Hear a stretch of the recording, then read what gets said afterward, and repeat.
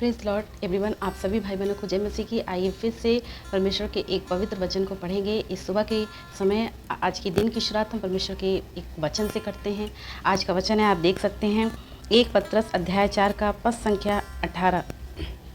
यदि धर्मी व्यक्ति ही कठिनाई से उद्धार पाएगा तो भक्तिहीन और पापी का क्या ठिकाना। देखिए, बहुत से लोग स्कूल में एडमिशन करवाने के बाद वो ये सोच लेते हैं कि वो पास हो गए, और उन्हें ये नहीं पता होता है कि उन्हें अभी ये पढ़ाई करनी है 1 साल, और उसके बाद उन्हें एग्ज़ाम देना है। पढ़ाई करने के बाद, स्टडी करने के बाद उन्हें एग्ज़ाम देना है, और एग्ज़ाम के बाद ही पता चलेगा कि वो पास हुए या फेल हुए या उनके कितने मार्क्स आए हैं। तो उसी प्रकार जब हम मसीह को अपने जीवन में ग्रहण करते हैं तो बहुत से लोगों, खासकर मसीह भाई बहनों में आप देखे होंगे, हर एक मसीह, बहुत से ऐसे मसीह हैं जिनको इस बात का पूरा वो निश्चिंत हो जाते हैं कि बस हमने प्रभु को ग्रहण कर लिया, हमें पक्का उद्धार मिल जाएगा। फिर हम प्रभु के वचन पर चले या ना चलें, या हम आधा सांसारिकता में जीवन बिताएं, आधा आत्मिकता में जीवन बिताएं। और अपनी उसमें से भी बहुत से ऐसे लोग हैं जो परमेश्वर का वचन कहता है कि तुम अब नई सृष्टि हो, लेकिन आज भी बहुत से लोग पुरानी सृष्टि के ही जैसा अपने आप को अपना जीवन व्यतीत कर रहे हैं। आज भी उनके अंदर वही स्वभाव है, बस फ़र्क इतना है कि उन्होंने प्रभु यीशु मसीह को जान लिया, उनके नाम को जान लिया।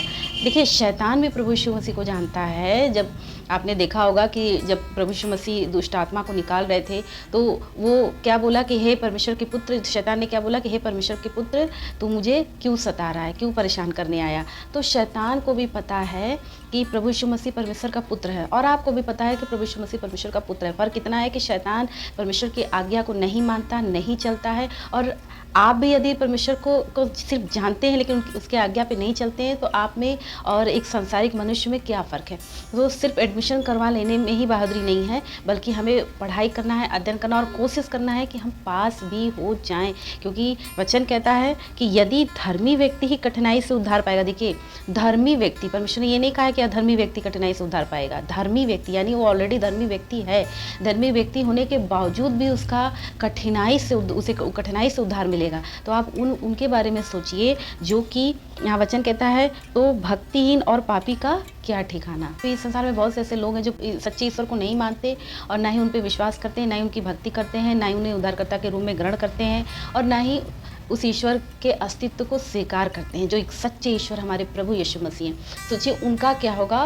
वो तो खैर सांसारिक हैं, लेकिन जो आत्मिक हैं वो ये सोच लेते हैं कि हमने प्रभु यीशु मसीह को जान लिया है और अब हमें कुछ करने की आवश्यकता नहीं है और हमें ज़रूर उद्धार मिल जाएगा। लेकिन उन्हें ये नहीं पता कि परमेश्वर का एक वचन और है कि जो हे प्रभु करते हैं वो स्वर्ग राज्य में प्रवेश नहीं करेंगे। हर एक व्यक्ति स्वर्ग राज्य में नहीं जाएगा। परमेश्वर को जानने के बावजूद भी बहुत से लोग दुष्ट आत्मा निकालेंगे और कहेंगे प्रभु मैंने तेरे नाम से बड़े बड़े कार्य किए, लेकिन प्रभु कहेगा मैं तुम्हें नहीं जानता, दूर हट जाओ। इसलिए हमें इतना निश्चित नहीं हो जाना है कि हमने प्रभु को ग्रहण तो कर लिया है, लेकिन हमें प्रभु के आज्ञाओं पे नहीं चलना, प्रभु की शिक्षाओं को नहीं मानना है। और आज भी हम 85% सांसारिक जीवन जी रहे हैं और सिर्फ 15% हम आत्मिक जीवन जी रहे हैं। तो हमें 100% प्रभु को देना है आत्मिकता में। उद्धार वाकई में जितना आसान है उतना ही कठिन भी है।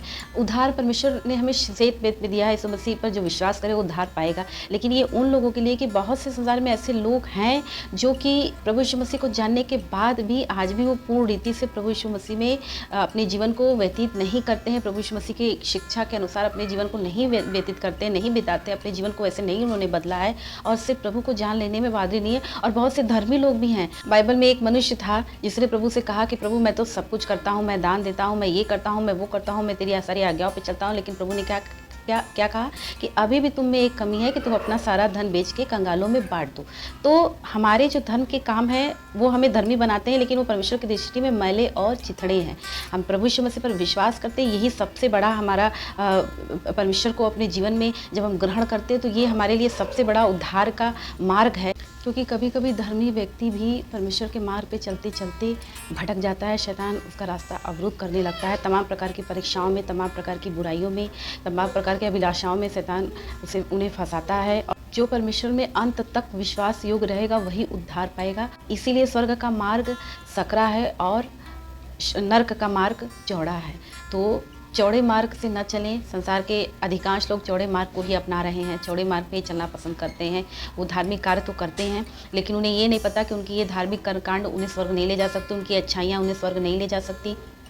जब तक वो एक सच्चे ईश्वर को, जब तक उद्धारकर्ता ईश्वर को अपने जीवन में ग्रहण नहीं करेंगे, कितने भी बड़े धार्मिक मनुष्य क्यों ना हो, जब तक कि वो ईश्वर को पूर्ण रीति से अपने जीवन में ग्रहण नहीं करते, जब तक कि वो पूर्ण रीति से ईश्वर की आज्ञाओं को नहीं मानते और नहीं चलते, तब तक अभी उन्हें बहुत कुछ बाकी है स्वर्ग राज्य को प्राप्त करने के लिए करना।